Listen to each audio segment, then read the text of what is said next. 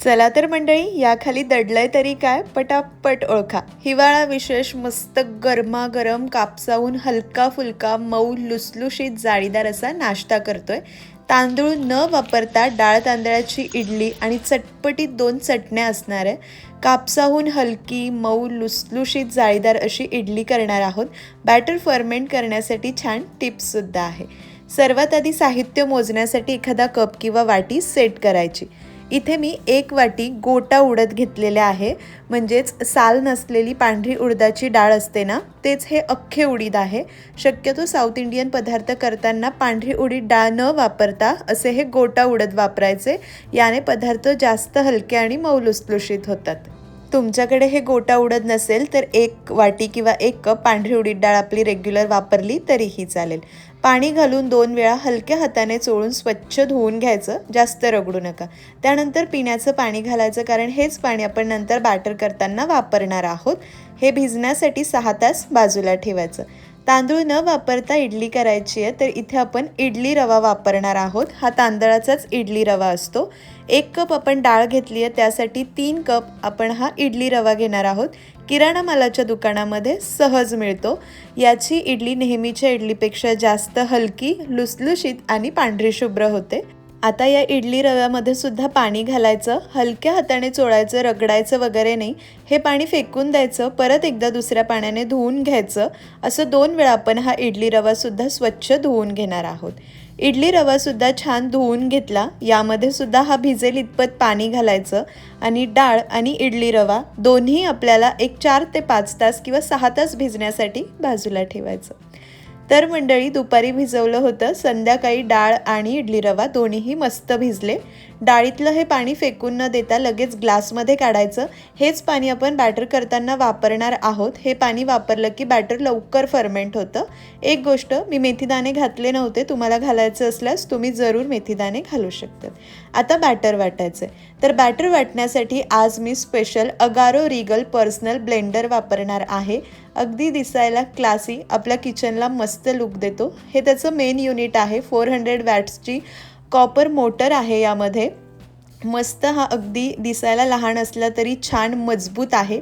लांब लचक याची वायर आहे. त्याचसोबत इथे आपल्याला 3 जार मिळतात. 700 ml, 500 ml आणि 300 ml प्रीमियम क्वालिटीचे हे जार आहे. ट्रान्सपरंट असल्यामुळे काही आपण वाटण करताना हे अगदी मस्त आहे आपल्याला.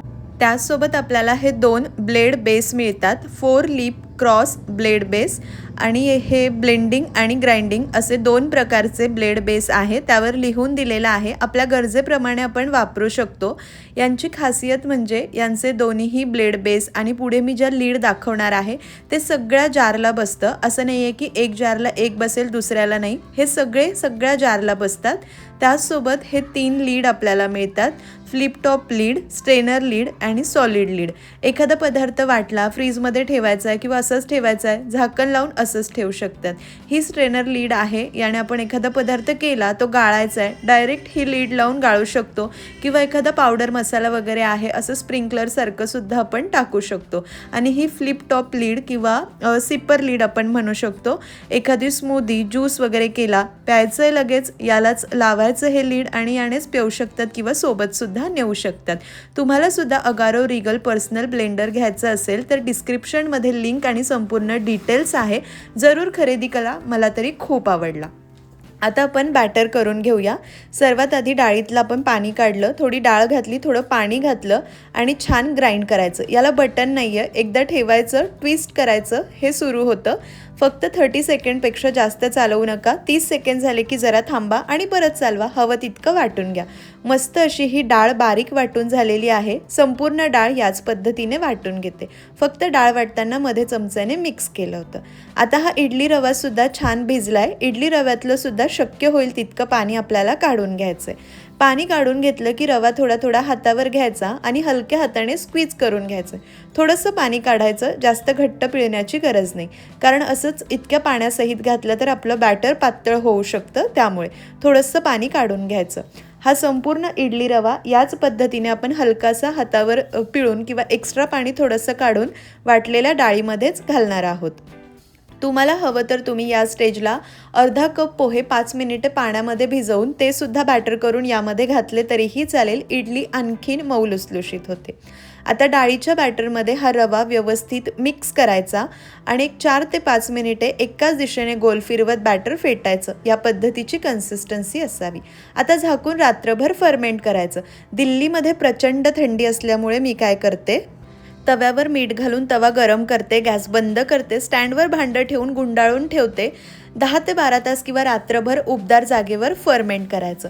दुसऱ्या दिवशी सकाळी बॅटर खूप मस्त फर्मेंट झालेलं आहे. बॅटर जितकं छान फर्मेंट होणार, इडली तितकीच हलकी लुसलुशीत होणार. उन्हाळ्यामध्ये तर हे बॅटर आणखीन फुगून येतं. तुमच्या इथे सुद्धा थंडी कमी असेल तर हे अजून जास्त फुलणार.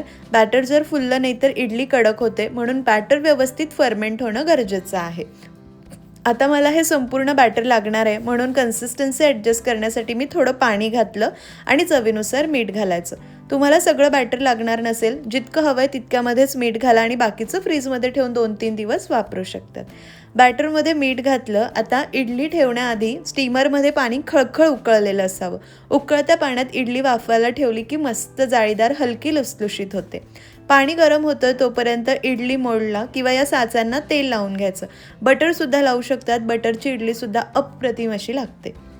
पाणी उकळलं, या साचांना तेल लावून झालं. आता यामध्ये हे बॅटर घालायचं आहे जे आपण तयार करून घेतलं आहे. थोडीशी जागा ठेवायची इडली फुगण्यासाठी, नाहीतर ते सगळं एकमेकांना चिकटला जातात, कारण ह्या मस्त फुलतात. या पद्धतीने दोन्हीही साच्यांमध्ये मी बॅटर घालून घेतलेलं आहे. आपण तयार केलेल्या प्रमाणामध्ये 35 ते 40 इडल्या तयार होतात. इडलीचा आकार कसा लहान मोठा आहे त्यानुसार. स्टीमरमध्ये पाणी मस्त खळखळ उकळलं आहे, त्यामध्ये इडलीचं हे पात्र किंवा स्टँड ठेवायचा. फक्त हे वरचे होल खालच्या होलवर न येऊ देता खालच्या इडलीवर येऊ द्यायचे, म्हणजे वाफेचं पाणी होऊन इडलीवर पडत नाही आणि खालची इडली ओलसर होत नाही. झाकण ठेवून एक 15 मिनटं मध्यम ते मोठ्या आचेवर इडली वाफवून घ्यायची. इडली वाफवते तोपर्यंत खोबऱ्याची चटणी करूया, ओल्या नारळाची. मिक्सर जारमध्ये आलं, कढीपत्ता, मिरची, कोथिंबीर, डाळवं घातलंय म्हणजे चटणी छान मिळून येते. आणि ओल्या खोबऱ्याचे काप. तुम्हाला हवं तर पाठीचा ब्राऊन भाग तुम्ही काढून घेऊ शकतात. लिंबाचा रस किंवा चिंच घालायची. मी भिजवलेली चिंच, चवीनुसार थोडी साखर आणि थोडंसं मीठ घातलंय. आता पाणी घालायचं आणि छान चटणी वाटून घ्यायची.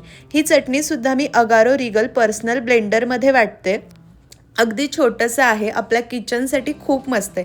दिसायला सुंदर, वापरायला सोपं. मला बऱ्याच दिवसांपासून घ्यायचं होतं, शेवटी घेतलंच. ट्रान्सपरंट जार असल्यामुळे आपल्याला लगेच कळतं हे वाटून झालेलं आहे की नाही. मस्त हे वाटलं जातं आहे. हवं तर मध्ये एकदा आपण झाकण उघडून गरजेनुसार पाणी किंवा साहित्यसुद्धा वाढवू शकतो. छान अशी नारळाची चटणी तयार झाली. तडका नंतर करूया. आता इथे आपण कांदा टोमॅटोची कारा चटणी करणार आहोत झटपट. तेलामध्ये थोडीशी पांढरी उडदाची डाळ घालायची, थोडीशी हरभरा डाळ घालायची आहे आणि हलकीशी हिला परतून घ्यायची. साधारण मिनिटभर परतली की 1 लाल सुकी मिरची, इथे बेडगी मिरची मी घातली, अर्धा इंच आलं, 2 लसणीच्या पाकळ्या, कढीपत्त्याची पानं आणि एक छोटासा उभा लांब पातळ चिरलेला कांदा घालायचा. याला साधारण मिनिटभर परतायचं. लाल वगैरे काही करायचं नाही आहे, हलकासा मऊ. कांदा मऊ झाल्यानंतर चिरलेला टोमॅटो, कांद्याच्या दुप्पट टोमॅटो घ्यायचा आणि त्याचसोबत थोडंसं चिंच मी घातलंय. टोमॅटो गेला तर अर्थात मीठ जाणार. टोमॅटो मऊ होईपर्यंत शिजवायचं. हवं तर थोडंसं चमचाभर पाणी घालू शकतो. हे छान मऊ झालं, गार करून मिक्सर जारमध्ये काढूया. अगारो रिगल पर्सनल ब्लेंडरच्याच लहान जारमध्ये मी हे वाटून घेते. गरजेनुसार लाल तिखट आणि पाणी घालायचं आणि ही चटणीसुद्धा वाटून घ्यायची. झटपट पटापट आपली ही सुद्धा चटणी तयार झाली. इडल्या दोन्ही प्रकारच्या चटण्या मस्त आपण तयार करून घेतलेल्या आहे. छान ही चटणी वाटली गेली, रंगसुद्धा हिला मस्त आलाय. कन्सिस्टन्सी ॲडजस्ट करण्यासाठी आपण अजून पाणीसुद्धा घालू शकतो. तर मी थोडंसं कन्सिस्टन्सी इथे ॲडजस्ट करून घेतलेली आहे. यासाठी तडका करूया. तेलामध्ये मोहरी आणि कढीपत्ता, सिंपल तडका. तुम्हाला हवं तर पांढरी उडीद डाळ, हिंग, लाल सुकी मिरचीही घालू शकतात. चटण्या तयार झाल्या तोपर्यंत 12 ते 15 मिनिटात इडल्या मस्त झालेल्या आहे, टम्म फुगलेल्या आहे. सुरी किंवा टूथपिक रोवून पहा, अगदी क्लीन निघाली. बाहेर काढून एक 5 ते 7 मिनिटं गार होऊ देऊया. जरा वाफ निघाली की मग इडली काढूया. जरा वाफ निघालेली आहे. आता इडली डिमोल्ड करूया. हलकी गरमच आहे, खूप गरममध्ये काढली तर तुटू शकते. या पद्धतीने मी चमच्याने इडली काढून घेते. पाहू शकतात किती मऊ लुसलुशीत झालेली आहे आणि रंगसुद्धा मस्त पांढरा शुभ्र आला आहे. फक्त बॅटर व्यवस्थित फर्मेंट होणं गरजेचं आहे. आता थंडी आहे तर ओव्हनमध्ये ठेवून द्यायचं किंवा उबदार जागेवर किंवा मग ब्लँकेट गुंडाळून ठेवायचं किंवा जसं मी दाखवलं गरम तव्यावर स्टँड ठेवून सुद्धा आपण ठेवू शकतो, म्हणजे बॅटर चांगलं फर्मेंट होण्यास मदत होते. महाराष्ट्रात आता तितकी थंडी नाही आहे म्हणून माझ्यापेक्षा सुंदर तुमचं बॅटर फर्मेंट होणार. एक इडली मी तुम्हाला तोडून सुद्धा दाखवते, तर पाहू शकतात अतिशय लुसलुशीत आणि छान ही इडली झाली आहे. गरमागरम इडली मस्त चटपटीत चटण्यांसोबत किंवा सांबारसोबत सर्व करायची. चला, मस्त असा नाश्त्याचा बेत तर तयार झाला. तुम्हाला अगारो रिगल पर्सनल ब्लेंडरसुद्धा दाखवलं. क्लीन कसं करायचं, डायरेक्ट आपण भांडी घासतो तसंच घासायचं, पण हे डाळीचं चिकट होतं म्हणून थोडंसं पाणी फिरवून घेतलं म्हणजे ब्लेड्स क्लीन होऊन जातात. याचे जार वगैरे आपण नेहमीचे भांडे घासतो त्याच पद्धतीने घासायचे असतात. फक्त हे ब्लेड बेस या पद्धतीने मागच्या बाजूने प्रेस करून काढून घ्यायचं. याची रिंगसुद्धा काढून घ्यायची. चटणी वगैरे केली होती ते भांडेसुद्धा याच पद्धतीने आपल्याला क्लीन करून घ्यायचे आणि रेग्युलर स्क्रब घासणी किंवा साबण जे काही आपण वापरतो भांडी घासण्यासाठी त्या पद्धतीने घासून धुवून घ्यायचं. ड्राय झाल्यानंतर परत एकदा लावून घ्यायचं आणि हा ब्लेंडर आपण हवा तसा परत वापरू शकतो. याला वापरणं अगदी सोपं आहे. तुम्ही सुद्धा माझ्या म्हणण्यानुसार एकदा हा ब्लेंडर हवा असल्यास जरूर खरेदी करा. खूप मस्त आहे. तर मंडळी, आजची ही रेसिपी तुम्हाला कशी वाटली कमेंट करून जरूर कळवा. रेसिपी ट्राय करणार आहात का, कोणत्या शहरातून पाहताय ते सुद्धा सांगा. आजची रेसिपी आवडली असेल तर कृपया लाईक करा. चॅनलवर नवीन असाल तर सबस्क्राईब करा. फेसबुकवर पाहत असाल तर फॉलो करा.